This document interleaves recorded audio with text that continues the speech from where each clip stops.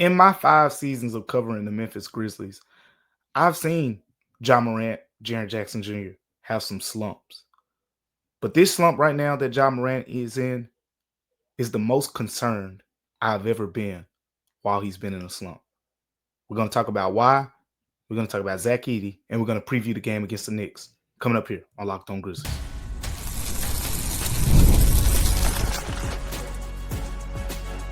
You are Locked On Grizzlies, your daily Memphis Grizzlies podcast, part of the Locked On Podcast Network, your team every day. What's going on, everyone, and welcome back to Locked On Grizzlies. I am your host today, Damichael Cole, beat writer for the Commercial Appeal here in Memphis, Tennessee. Want to thank you for tuning in to Locked On Grizzlies, part of the Locked On Podcast Network, now the #1 sports podcast network. You heard that right. All the sports podcast networks out there, Locked On Podcast Network is now rated #1. Appreciate you guys and all the work. And shout out to the everydayers in helping us reach that platform. Today's episode of Locked On Grizzlies is brought to you by Game Time. Download the Game Time app, create an account, and use the code LOCKEDONNBA for $20 off your first purchase. Make sure you go take advantage of that over at Game Time. It's game time for the Memphis Grizzlies. Now 4-7, coming up into a big game against the New York Knicks. We're going to talk about that game specifically a little later in the show. But we got to talk about the Grizzlies star point guard at the top of today's show. We got to talk about Ja Morant. As I stated in the opening, Ja Morant is going through a slump right now, right? And we've seen Ja have these. We've seen every player, every NBA player, and I think Tomas Isolo alluded to this when I talked to him about it. Every player goes through slumps. But there's varying levels of concerns when these things happen. And we're going to break down kind of, what happened, what's happened up to this point with Ja Morant, what he said, what Tomas Isolo has said. And then I'll kind of give my take on the situation as well. But we got to start with pretty much just the numbers. Like, why am I even presenting this as a concern? Well, number one, it's 5 consecutive games where Ja Morant has shot below 40%. And I know Joe Mullinax talked about this a little bit in yesterday's show, but I want to touch on it a little bit more because I think Joe talked about Ja and Jaren needing to get more from both of those players.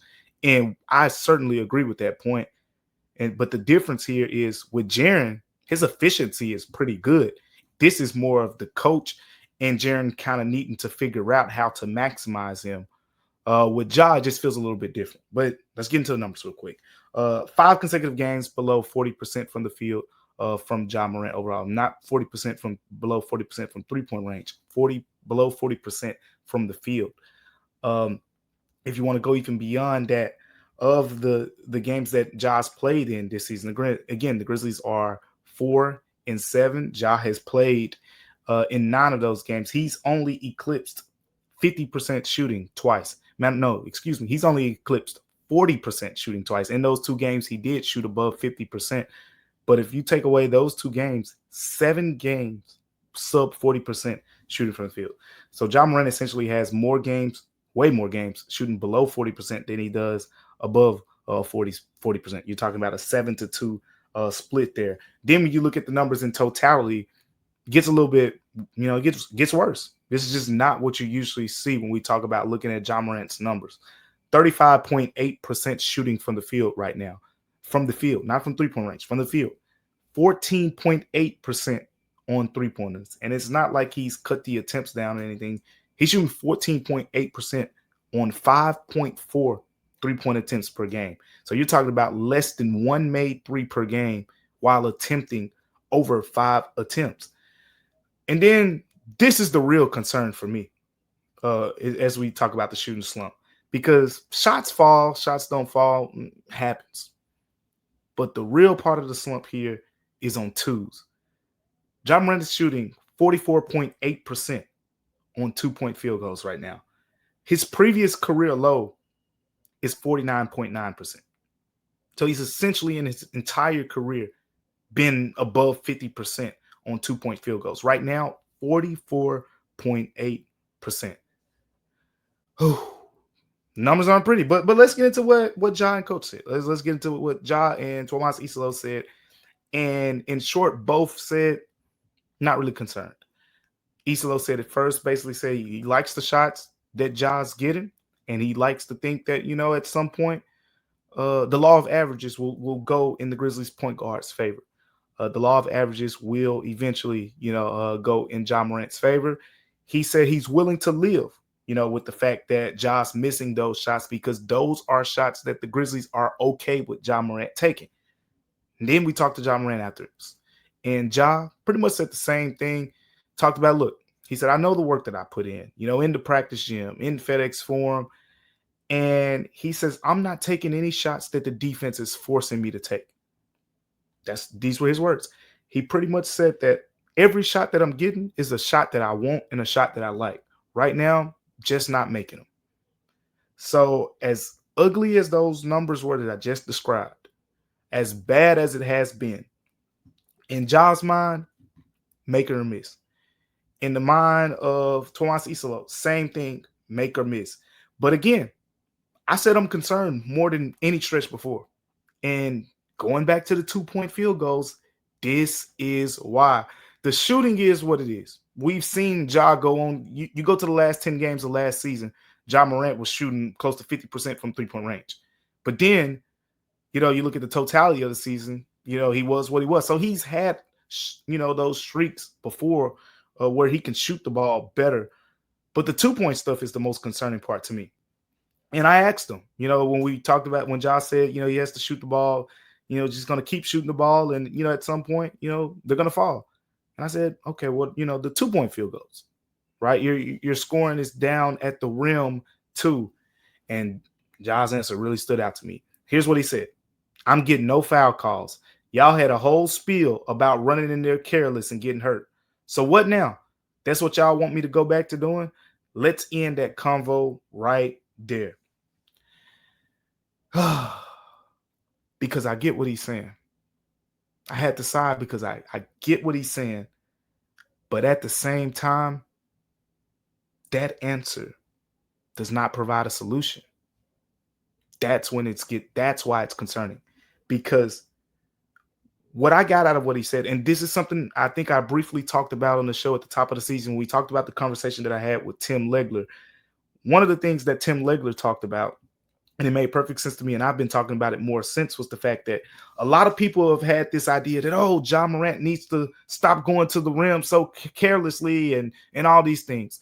When Ja Morant was driving to the rim and jumping through the air and, doing the fancy layups and dunking all over people, he was one of the NBA's top paint scorers, period.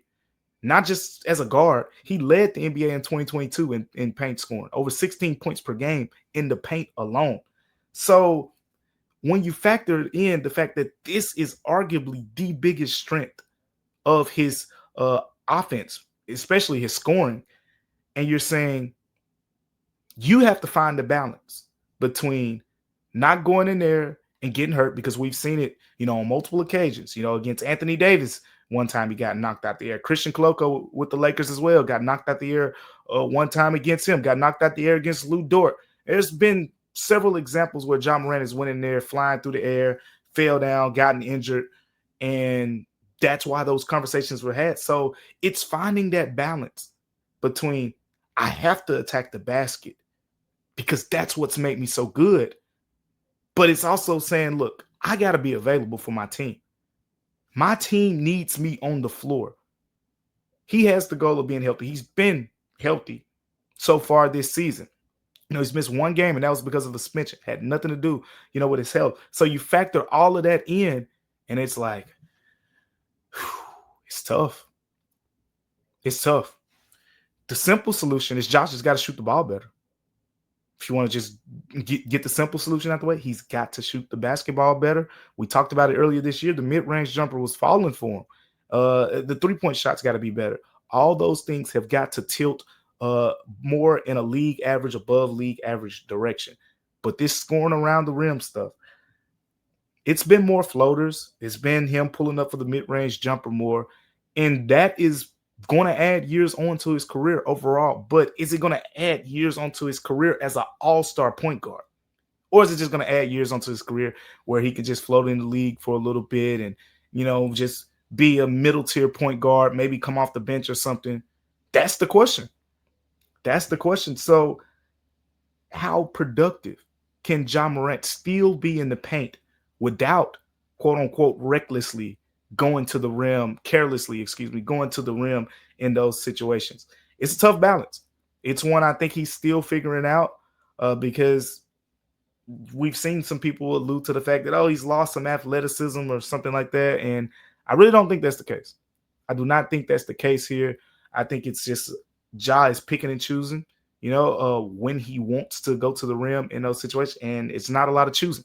It's not a lot of choosing. He's basically taking the floater, taking the mid-range jumper. And as we just talked about, those things aren't falling. But let me know what you guys think right now. Are you concerned with the Ja Morant slump?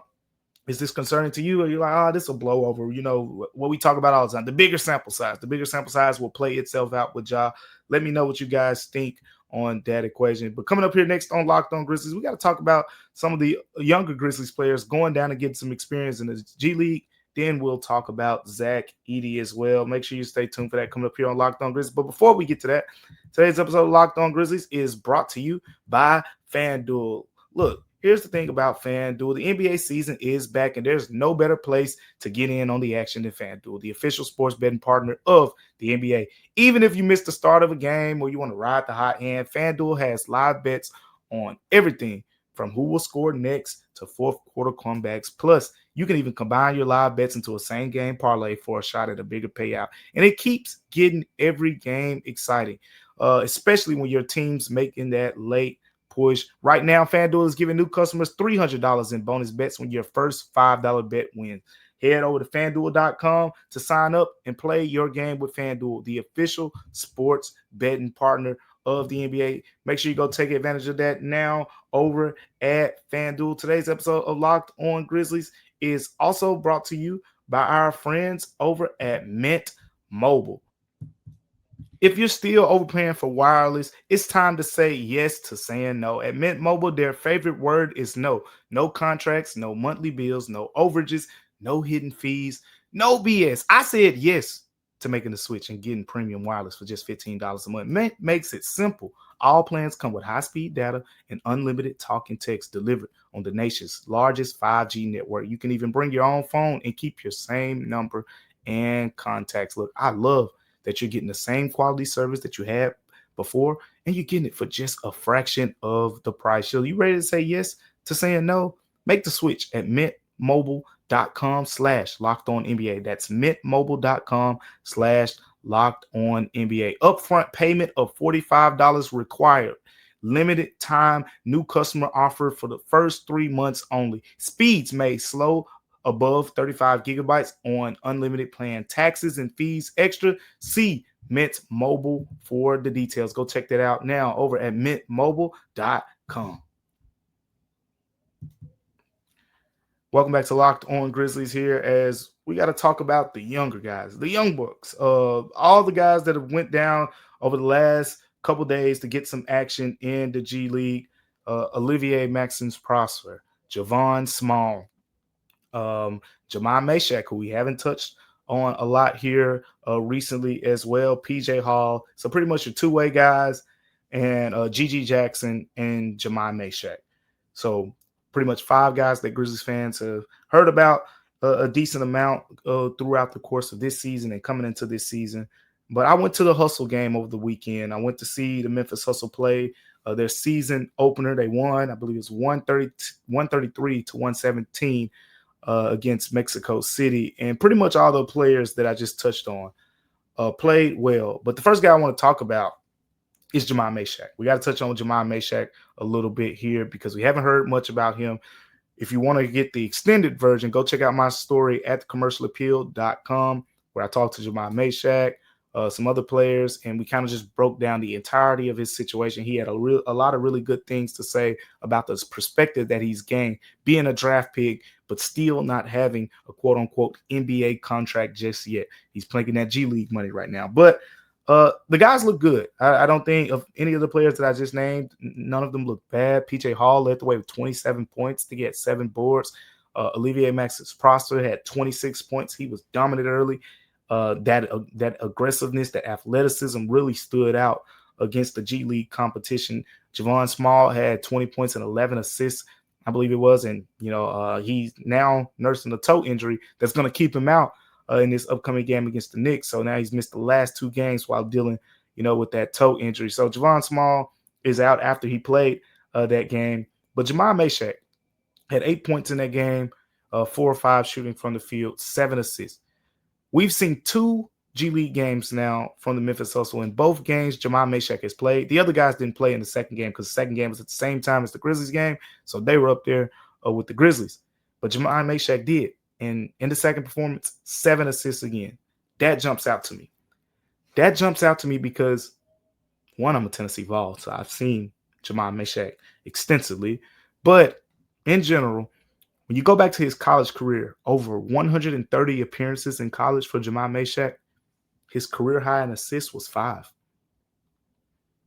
His career high in college assists was 5. He's had 7 in both G League games today.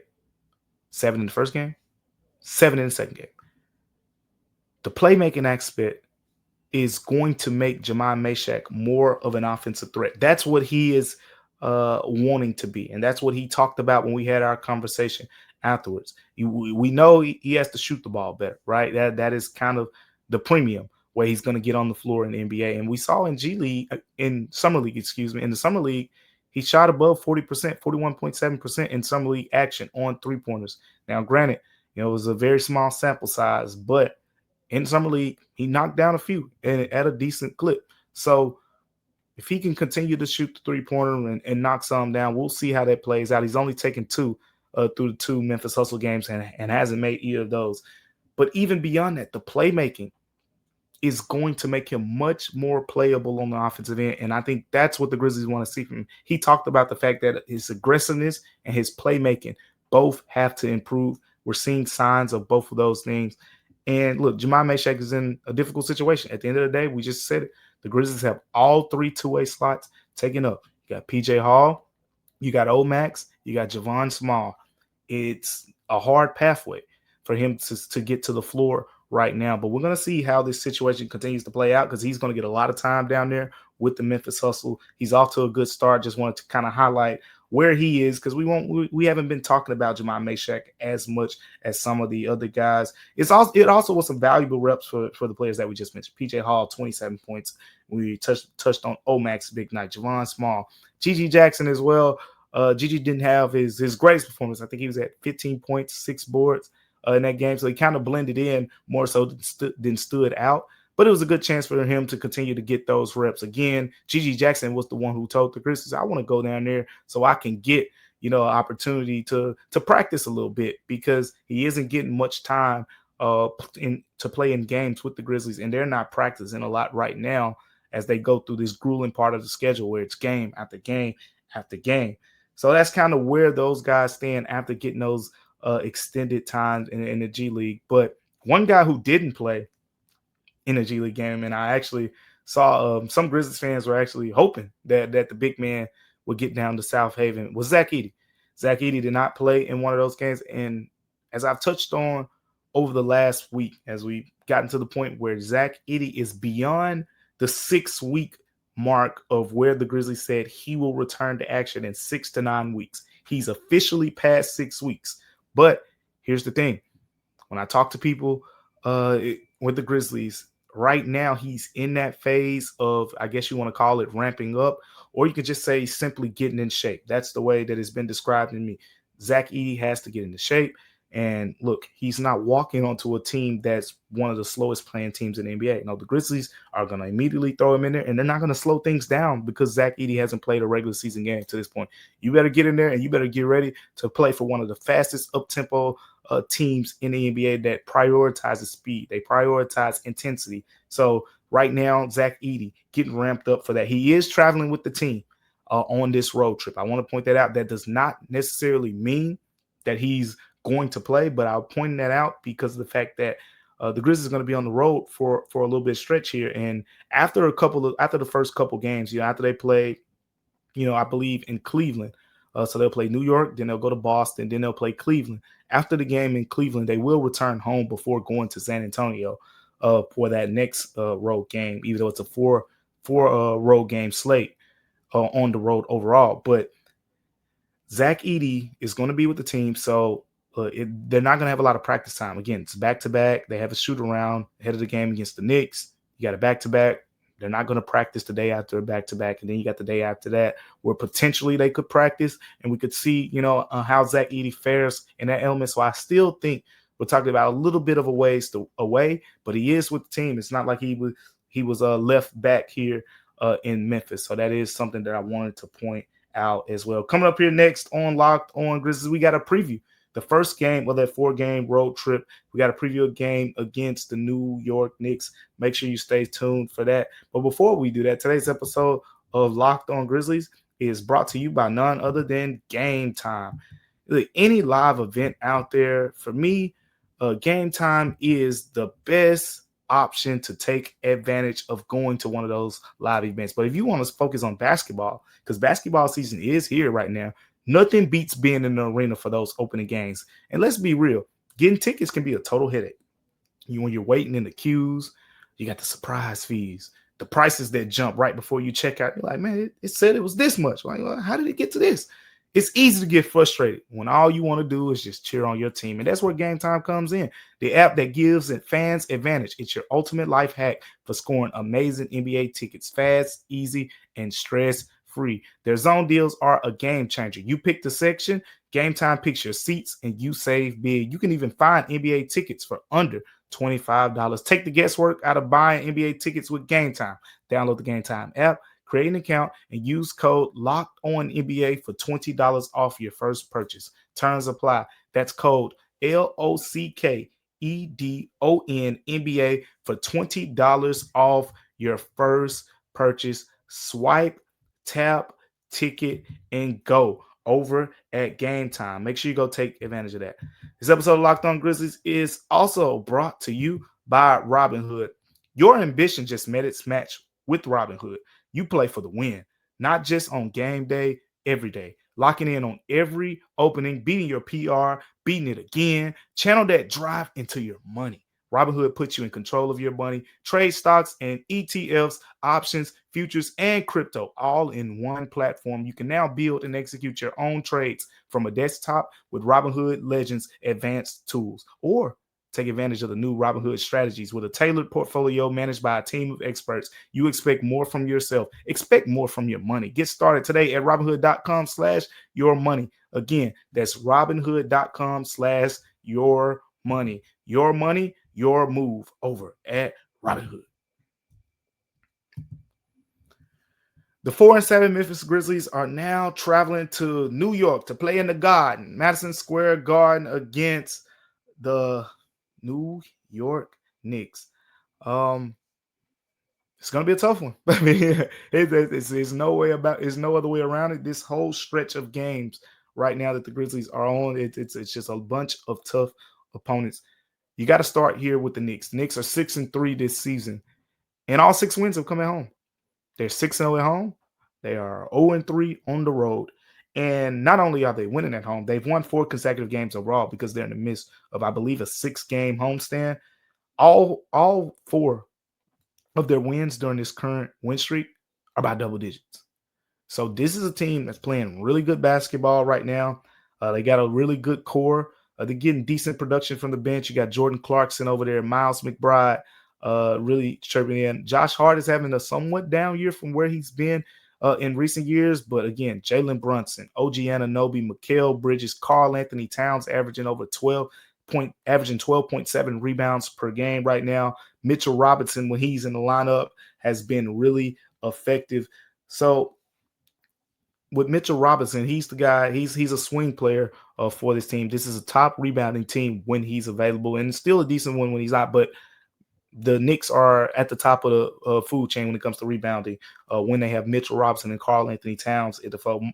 And Mitchell Robinson is questionable, with an ankle injury to play against the Grizzlies. So we'll see what happens there. But the Knicks are number 2 in the NBA in offensive rating, number 11 overall in defensive rating. And so they're coached by Mike Brown now. So you don't got to worry about the Tom Thibodeau minutes anymore. This is not a situation where no player on the Knicks is averaging above, I believe, 34.5 minutes. None of them are at 35 minutes. So it's not going to be a situation where we saw so many times when Taylor Jenkins and Tom Thibodeau used to go against each other, and you're looking at Tibbs starters, and they're at 38, 39 minutes, and the Grizzlies guys are at 32, 31 minutes for the most part. But that's neither here nor there. This is going to be a tough game. Again, this is a good opportunity for the Grizzlies to see where you are in terms of going against a team that doesn't really have, the greatest depth in the world, so to speak, but that starting lineup and its potential, they got some weapons over there. They got some wing defenders that they're going to throw at Jaren. They got some wing defenders that they're going to throw, at Ja Morant. So you're going to need those other guys to make shots. Jalen Brunson, for example, this is a game I want to see how much Cedric Coward plays, because what we started to see early in the season, Cedric Coward, it was pretty much kind of, more spot up, quick stuff. And they're starting to, if you notice the last couple games, he's gotten in some pick and roll ball handling situations a little bit more and more.